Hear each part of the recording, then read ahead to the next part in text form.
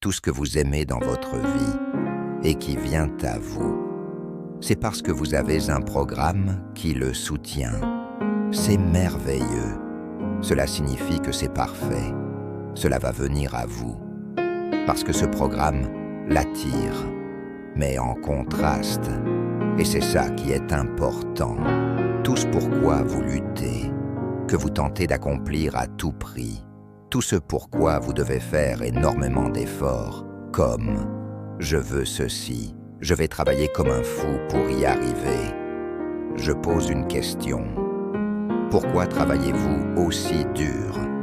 Et la réponse est simple.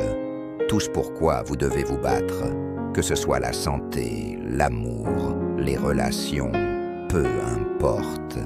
Cela signifie que votre programmation subconsciente ne soutient pas ce résultat. Donc, si vous voulez savoir quels sont vos programmes, regardez où vous luttez dans la vie. La lutte n'existe pas parce que l'univers vous refuse quelque chose. La lutte est intérieure. Elle provient du fait que vous essayez de dépasser une programmation ancienne qui vous empêche d'arriver à votre destination. Et ce qu'il y a de formidable dans cette compréhension, c'est que vous n'avez pas besoin de revoir tout votre passé. Vous pouvez regarder maintenant, à cet instant précis, et vous poser la question, quelles sont les choses que je veux, que je poursuis encore et encore, mais qui m'échappent toujours? Ce n'est pas l'univers qui les retient, c'est votre propre comportement subconscient, invisible. Et une fois que vous comprenez où sont les blocages, et que vous réalisez que ce n'est pas l'univers le problème, mais vous-même, vous avez alors votre première prise de conscience sur comment changer votre vie. Car maintenant, vous savez exactement quel est le problème. Et si vous comprenez que c'est un problème intérieur, alors, et c'est le plus important, sinon ce serait le pire séminaire jamais entendu, vous pouvez changer la programmation. Vous pouvez réécrire vos programmes subconscients. Et pourquoi est-ce si important? Parce que si vous prenez les souhaits et désirs de votre esprit conscient et que vous les implantez dans votre subconscient, cela devient la chose la plus libératrice et excitante que vous puissiez faire dans votre vie.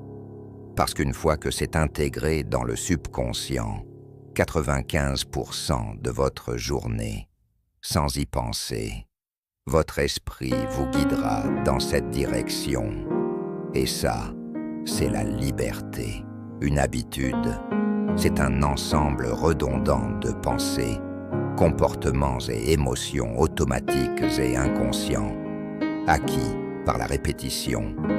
C'est quand vous avez tellement répété une chose que votre corps sait mieux la faire que votre esprit. Les gens se lèvent le matin et commencent à penser à leurs problèmes.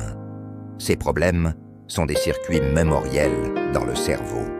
Chacun de ces souvenirs est lié à des personnes, des objets, des moments, des lieux. Et comme le cerveau est un enregistrement du passé, au moment où ils commencent leur journée, ils pensent déjà dans le passé.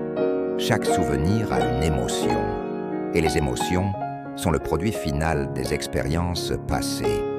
Donc, dès qu'ils rappellent ces souvenirs, ils ressentent de la tristesse, du mal-être, de la douleur. Une habitude, c'est un ensemble redondant de pensées, comportements et émotions automatiques et inconscients, acquis par la répétition. C'est quand vous avez tellement répété une chose que votre corps sait mieux la faire que votre esprit. Les gens se lèvent le matin et commencent à penser à leurs problèmes. Ces problèmes sont des circuits mémoriels dans le cerveau. Chacun de ces souvenirs est lié à des personnes, des objets, des moments, des lieux. Et comme le cerveau est un enregistrement du passé, au moment où ils commencent leur journée, ils pensent déjà dans le passé. chaque souvenir a une émotion. Et les émotions sont le produit final des expériences passées. Donc, dès qu'ils rappellent ces souvenirs, ils ressentent de la tristesse, du mal-être, de la douleur. Et comment vous pensez et ressentez crée votre état d'être. Donc, l'état d'être de la personne est ancré dans le passé. Et cela signifie que le passé familier devient le futur prévisible.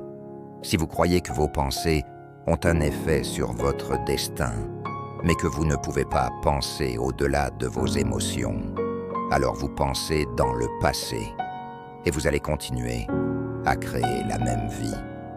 Puis ils prennent leur téléphone, ils regardent WhatsApp, leurs messages, leurs emails, Facebook, Instagram, prennent une photo, postent, tweetent, écoutent les nouvelles, et ils se sentent connectés à tout ce qu'ils connaissent. Puis ils suivent leur routine, se lèvent du même côté du lit, prennent un café, se lavent, s'habillent, prennent la même route, voient les mêmes gens qui appuient sur les mêmes boutons émotionnels.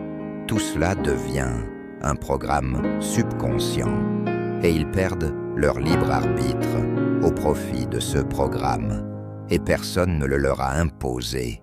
Donc, à l'âge de 35 ans, 95% de ce que nous sommes, ce sont des habitudes émotionnelles, réactions inconscientes, croyances, attitudes, perceptions, comme un logiciel automatisé.